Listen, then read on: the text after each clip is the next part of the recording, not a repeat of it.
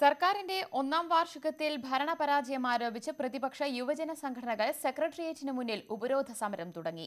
Youth കോൺഗ്രസും യുവമോർച്ചയുമാണ് വെവ്വേറെ സമരം നടത്തുന്നത്.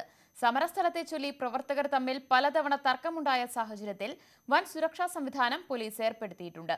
ഇന്ന് വൈകിട്ട് വരെ സമരം തുടരാനാണ് ഇരു സംഘടനകളുടെയും തീരുമാനം.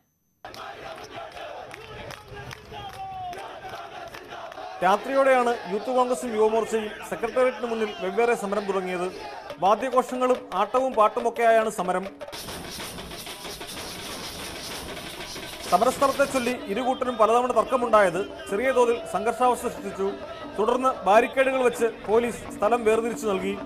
അതേസമയം തങ്ങൾക്ക് അനുവദിച്ച സ്ഥലമാണിതെന്നും യുവമോർച്ച സമരവുമായെത്തിയതിന് പിന്നിൽ പോലീസിന്റെ ഗൂഢാലോചനയുണ്ടെന്നും യൂത്ത് കോൺഗ്രസ് സംസ്ഥാന പ്രസിഡന്റ് ഡീൻ കുര്യാക്കോസ് ആരോപിച്ചു.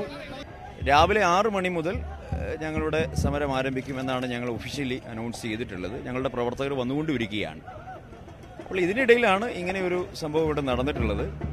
ഇത് ഞങ്ങൾ സംശയിക്കുന്നത് പോലീസും ഇവരും തമ്മിലുള്ള ഒരു ഒത്തുകളിയാണോ എന്നുള്ള ഒരു ന്യായമായ സംശയം ഞങ്ങൾ മുമ്പോട്ട് വെക്കുകയാണ്. സമരത്തിന് നേരത്തെ തന്നെ അനുമതി വാങ്ങിയിട്ടുണ്ടെന്നും പോലീസാണ് കള്ളക്കളി കളിക്കുന്നതെന്നും യുവമോർച്ച സംസ്ഥാന പ്രസിഡന്റ് പ്രകാശ് ബാബു കുറ്റപ്പെടുത്തി. ഇവിടുത്തെ പോലീസ് സംവിധാനം വളരെ ആസൂത്രിതമായി പോലീസ് രാഷ്ട്രീയം കളിച്ചിരിക്കുകയാണ്. ഉമ്മൻചാണ്ടിയും രമേശ് ചെന്നിത്തലയും അടക്കമുള്ള മുതിർന്ന നേതാക്കൾ യൂത്ത് കോൺഗ്രസിന്റെ സമരസ്ഥലം സന്ദർശിച്ചു. രാവിലെ ദേശീയ നേതാക്കളാണ് ഇരു സംഘടനകളുടെയും സമരങ്ങൾ ഉദ്ഘാടനം ചെയ്യുക. സംഘർഷ സാധ്യത കണക്കിലെടുത്ത് പോലീസ് വൻ സുരക്ഷാ സംവിധാനം ഏർപ്പെടുത്തിയിട്ടുണ്ട്. ന്യൂസ് 18 തിരുവനന്തപുരം.